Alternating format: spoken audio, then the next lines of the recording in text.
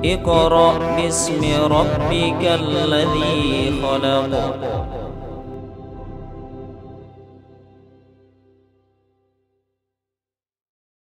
Assalamualaikum warahmatullahi wabarakatuh. Jamaah sekalian, kaum muslimin yang dimuliakan Allah Subhanahu wa taala.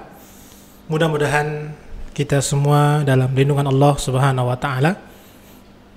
Jamaah sekalian yang dimuliakan Allah Subhanahu wa taala, kita sekarang kedatangan tamu istimewa kita. Beliau adalah salah satu tokoh ya. Beliau menjabat sudah 2 kali periode sebagai ketua ketua DPW. Ustaz Abdullah Salim MPDI. Ya. Assalamualaikum Ustaz. Waalaikumsalam warahmatullahi wabarakatuh. Bagaimana kabarnya, sehat? Alhamdulillah alamin. Baik, alhamdulillah. Pada jamaah sekalian yang dimuliakan Allah Subhanahu wa taala, pada saat sekarang ini Hidayatullah mempunyai ikon tersendiri tentang peradaban Islam. Maka mudah-mudahan dengan adanya Hidayatullah di tengah-tengah masyarakat kita, pada umumnya di wilayah Bali ini, akan memberikan pengaruh besar terhadap perkembangan Islam. Dan oleh karena itulah kami hadirkan salah satu tokoh yang luar biasa, Hidayatullah, ya, tokoh Hidayatullah. Beliau adalah Ustaz Abdullah Salim MPDI. Ada beberapa pertanyaan Ustaz yang akan kami lontarkan tentang bagaimana perkembangan Hidayatullah dari awal sampai akhir ini, kemudian program DPW sejauh mana nantinya. Mungkin yang pertama adalah cakupan wilayah kerja DPW Hidayatullah Bali, Ustaz. Mohon penjelasannya bagaimana. Baik, Hidayatullah adalah organisasi massa yang memiliki tugas dan memiliki amanah yang besar dalam rangka untuk memberikan pencerahan kepada umat. Hidayatullah di Bali ini mencakup daripada 9 kabupaten. Jadi wilayah Hidayatullah Bali mendapatkan amanah untuk melengkapi kepengurusan baik itu yang ada di wilayah maupun di daerah-daerah. Dan alhamdulillah secara cakupan wilayah bahwa semua daerah kabupaten yang ada di Bali ini telah kita buat kepengurusan DPD Hidayatullah atau Dewan Pengurus Hidayatullah. Dan alhamdulillah semua sudah berjalan dengan baik, terutama berkaitan dengan kegiatan-kegiatan yang sifatnya kegiatan mainstream, yaitu kegiatan tarbiyah dan dakwah. Dan inilah yang menjadi mainstream kita untuk mewujudkan visi besar Hidayatullah, yaitu membangun peradaban Islam. Baik, alhamdulillah. Jadi mainstream kita pada saat sekarang ini dan seterusnya mungkin adalah tarbiyah dan dakwah, Ustaz. Alhamdulillah, ini luar biasa. Ya. Mudah-mudahan dengan peradaban mulai dari tarbiyah dan dakwah ini akan bisa tersebar luas dengan cara dari berbagai macam daerah, ada DPD masing-masing. Kemudian yang kedua, Ustaz, program kerja apa saja yang ada di DPW, Ustaz? Mungkin bisa dijelaskan secara singkat. Baik. Jadi program kerja Hidayatullah, wilayah Hidayatullah atau DPW Hidayatullah sebenarnya berkaitan dengan program ini mainstream, kembali kepada mainstream tadi, tarbiyah dan dakwah ya. Jadi yang menjadi prioritas program kita atau arus ya, utama kita adalah bagaimana tarbiyah dan dakwah itu berjalan dengan baik. Karena peradaban Islam atau menegakkan peradaban Islam dalam kehidupan ini, terutama bagaimana implementasi nilai-nilai keimanan yang bersumber daripada Quran dan Sunnah itu dapat ditegakkan atau dibumikan dalam kehidupan ini, kalau program tarbiyah dan dakwah itu berjalan dengan baik. Itulah yang dilaksanakan oleh Rasulullah dan para sahabat. Oleh karenanya, program inilah yang senantiasa menjadi arus utama atau poros, menjadi prioritas walaupun juga tetap kita adakan atau kita laksanakan program-program pendukung. Di antaranya adalah ada program sosial, ya. Jadi bagaimana sosial itu juga tetap kita berikan pelayanan kepada orang-orang yang membutuhkan pelayanan kita, ya. Terutama adalah membantu kegiatan-kegiatan mereka atau untuk memberikan pelayanan kepada mereka, sehingga selain kita program pendidikan dan dakwah, kita ada sosial, diantaranya ada lembaga PPAS, ya. Ini Pusat Pendidikan Anak Soleh, yang mungkin secara umum itu sering disebut dengan panti asuhan. Akan tetapi secara intern bahwa adanya panti asuhan, nama ini cukup menjadikan kadang-kadang anak-anak itu memiliki pemikiran ataupun karakter, ya, rendah diri, sehingga penyebutannya pun kita bagaimana anak-anak kita ini memiliki spirit, memiliki motivasi bahwa keberadaannya di lembaga kita ini adalah mereka anak-anak soleh yang merupakan kader Islam masa yang akan datang. Kemudian selain daripada program sosial, kita juga ada program perkaderan, ya, sifatnya adalah pendidikan tarbiyah khusus. Dalam hal ini bahwa pendidikan kita ini kita memiliki karakter tersendiri yang disebut dengan pendidikan integral yang berbasis tauhid. Disinilah sebenarnya keunggulan pendidikan yang ada di Hidayatullah. Bagaimana pendidikan kita itu mengemas, mempersiapkan kader-kader kita, anak-anak didik kita, santri-santri kita menjadi kader-kader masa depan. Kemudian selain daripada perkaderan, kita juga ada program ekonomi sebagai pendukung bahwa tarbiyah dan dakwah ini bisa akan berjalan dengan baik, terutama dakwah itu manakala program ekonomi atau pendanaan itu cukup. Disinilah kita juga merintis, ya, adanya program-program ekonomi. Di antaranya adalah adanya kita melaksanakan kegiatan usaha jasa, ya, Sigi Express, ya, yang mana usaha ini baru kurang lebih setengah tahun kita laksanakan. Alhamdulillah ini berjalan dengan baik, walaupun secara keuntungan kita ini masih untuk operasional saja, tetapi dengan ikhtiar usaha atau kegiatan ekonomi ini insyaallah ke depan akan membantu berkaitan dengan program-program mainstream. Juga demikian kegiatan atau program yang sifatnya adalah membantu para pengusaha-pengusaha kecil, kemudian di sisi lain atau selain menggerakkan atau memberdayakan mereka, kemudian kita juga membantu mereka, ya, seperti kita ada usaha bakso, ya, kemudian ada perikanan. Nah, alhamdulillah ini sudah berjalan dengan baik, terutama yang berkaitan dengan kita ternak lele atau ternak gurami yang beberapa saat kemarin sudah kita panen. Ini juga merupakan suatu pelatihan kita untuk bagaimana menggali dana untuk program-program yang berkaitan dengan ekonomi ini, kemudian bisa memperkuat daripada program mainstream dakwah.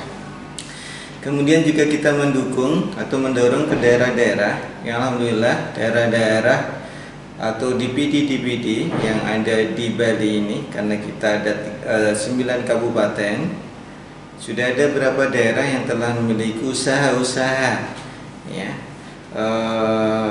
dalam rangka untuk mengembangkan kemandirian. Jadi tidak hanya mencari donatur atau menggali dana kepada donatur kaum muslimin, tetapi juga kita berusaha bagaimana mampu membiayai kegiatan-kegiatan pendidikan, baik itu pendidikan formal maupun pendidikan non formal, sekolah ataupun yang berkaitan dengan diniyah ataupun TPQ atau majelis Quran atau rumah-rumah Quran, itu dengan usaha-usaha.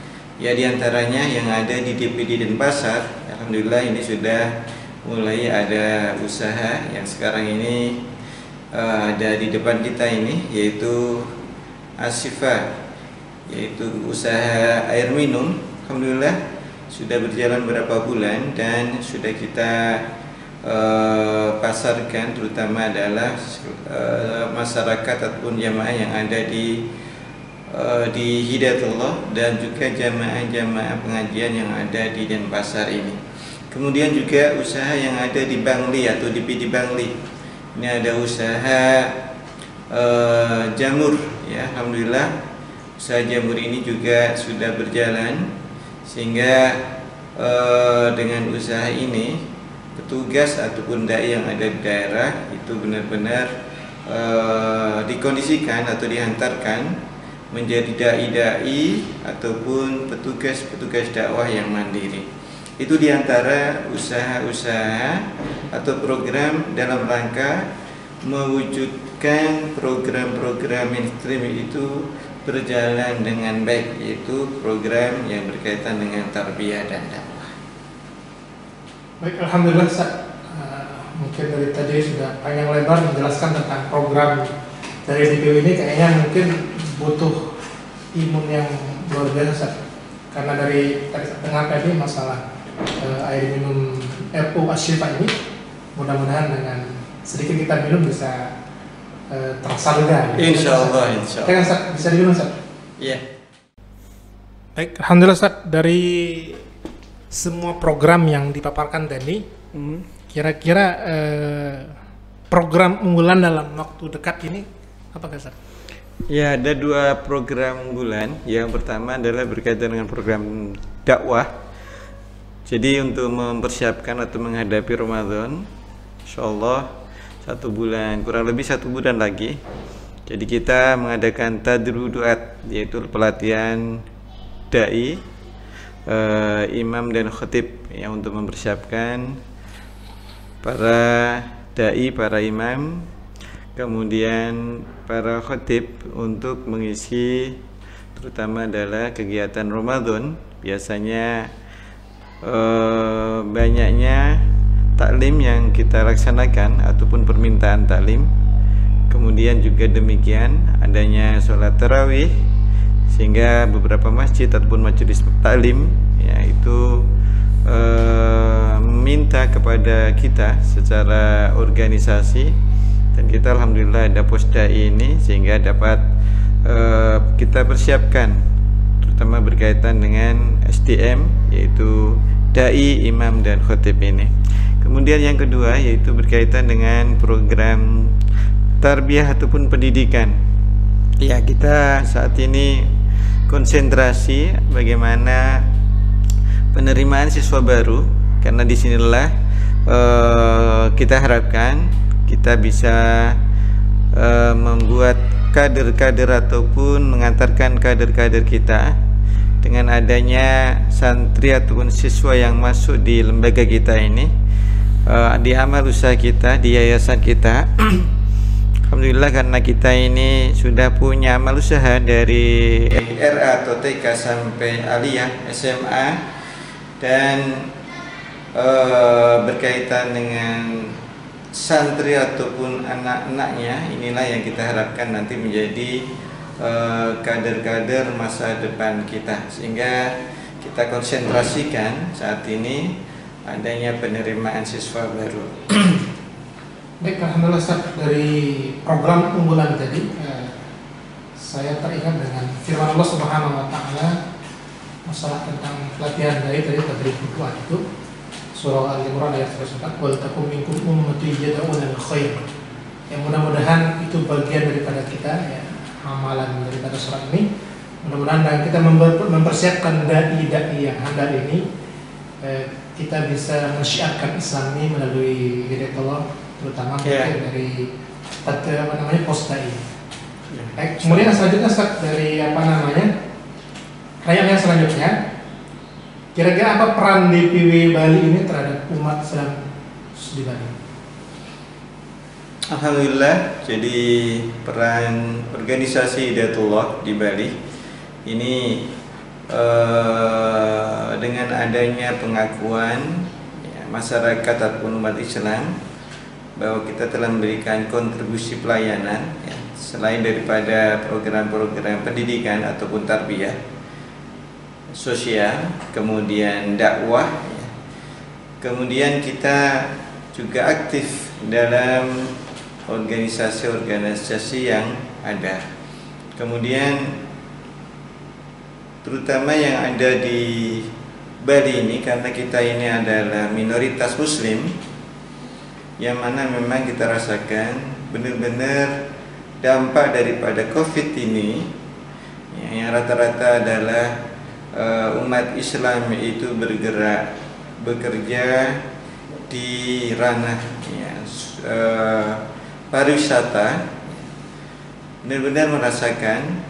Dan kita rasakan sebagai organisasi yang telah memiliki amal usaha yaitu pendidikan, kita juga merasakan bagaimana dampak yang dirasakan oleh wali murid ini, sehingga kita memahami dan kita banyak memberikan pelayanan, terutama keringanan pendidikan, terutama yang mereka itu benar-benar mendapatkan dampak daripada COVID Corona ini. Mudah-mudahan ini secepatnya terangkat Amin. sehingga kita dapat normal kembali, terutama juga wali-wali murid kita, sehingga kita dengan adanya kembalinya kondisi ke depan, program-program kita, keumatan kita ini berjalan dengan baik.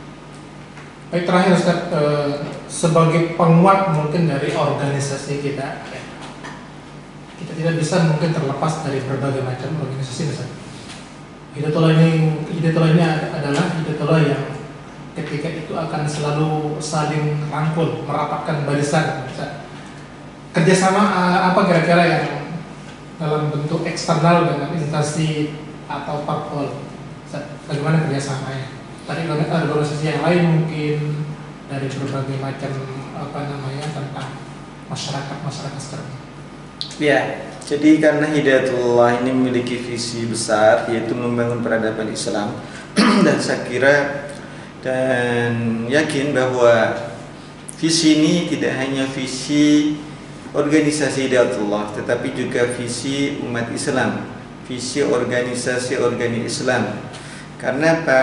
Dengan adanya peradaban Islam, maka benar-benar disitulah rahmatan alamin itu dapat kita rasakan. Adanya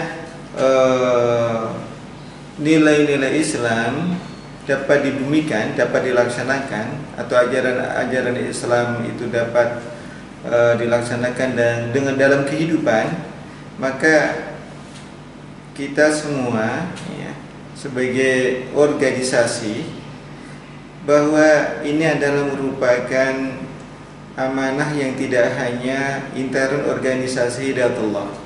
Hidayatullah bukan satu-satunya organisasi dakwah ataupun organisasi tarbiyah, organisasi sosial dan sebagainya, tetapi Hidayatullah adalah merupakan salah satu di antara organisasi-organisasi yang lain. Jadi jama'atul muslimin ataupun jamaah daripada jamaah kaum muslimin yang ada.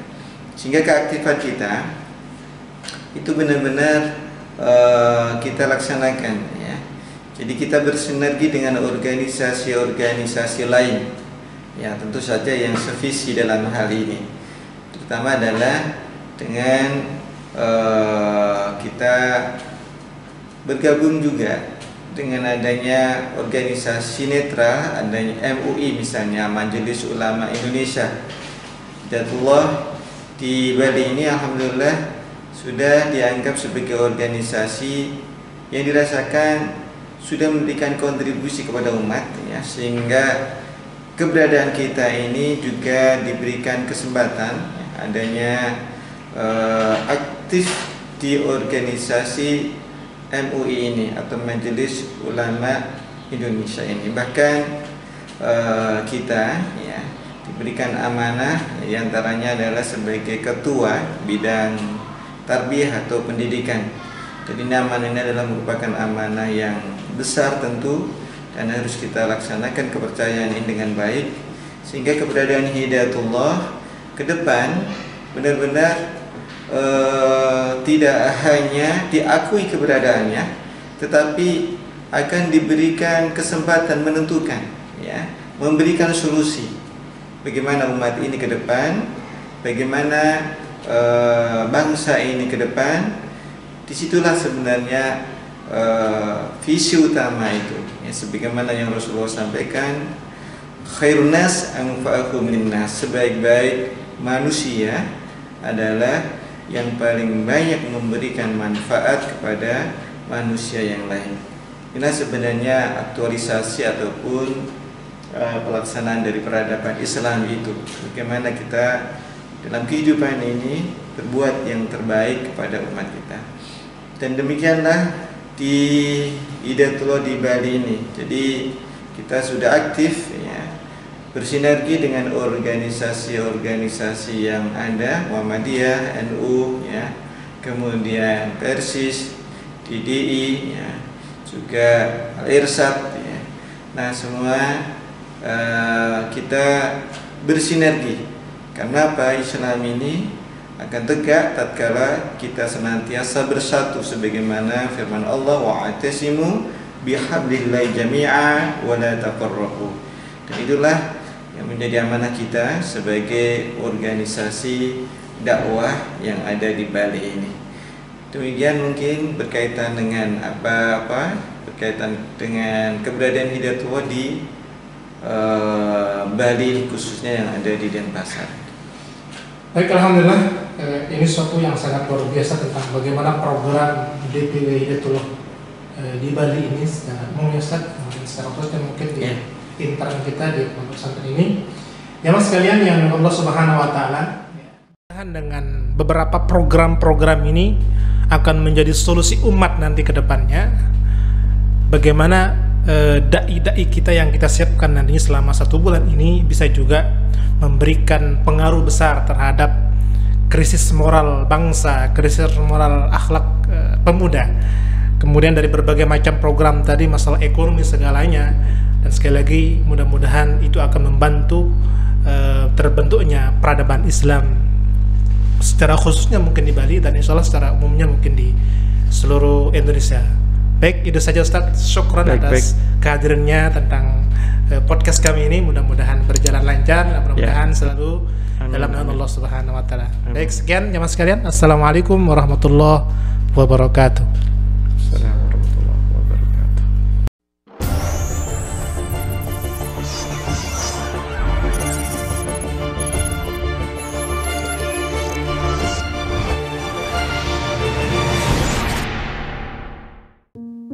Assalamualaikum warahmatullahi wabarakatuh.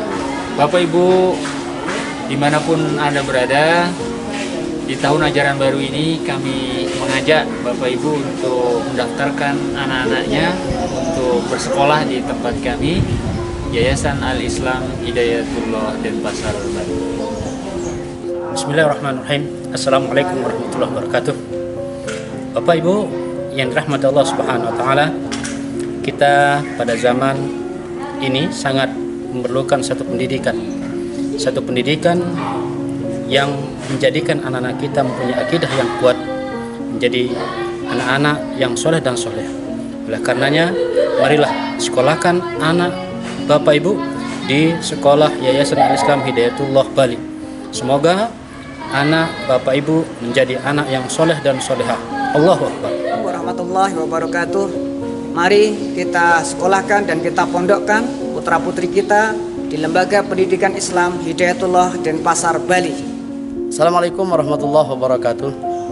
Salah satu keunggulan Lembaga Pendidikan Hidayatullah adalah lembaga ini lembaga yang berbasiskan tauhid. Maka jangan ragu menyekolahkan putra-putrinya di Hidayatullah. Ayo sekolah di Hidayatullah.